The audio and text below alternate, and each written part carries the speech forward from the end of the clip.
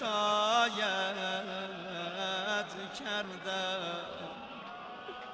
سوختم در دل پر درد دعایت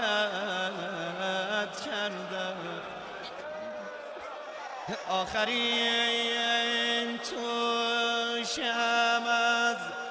عمر تو این بود علی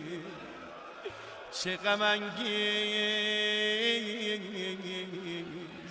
چه غم انگیز نگاهی به قفایت کردم نقل میکنن که یه آقایی در حرم آقا ابی عبدالله روضه علی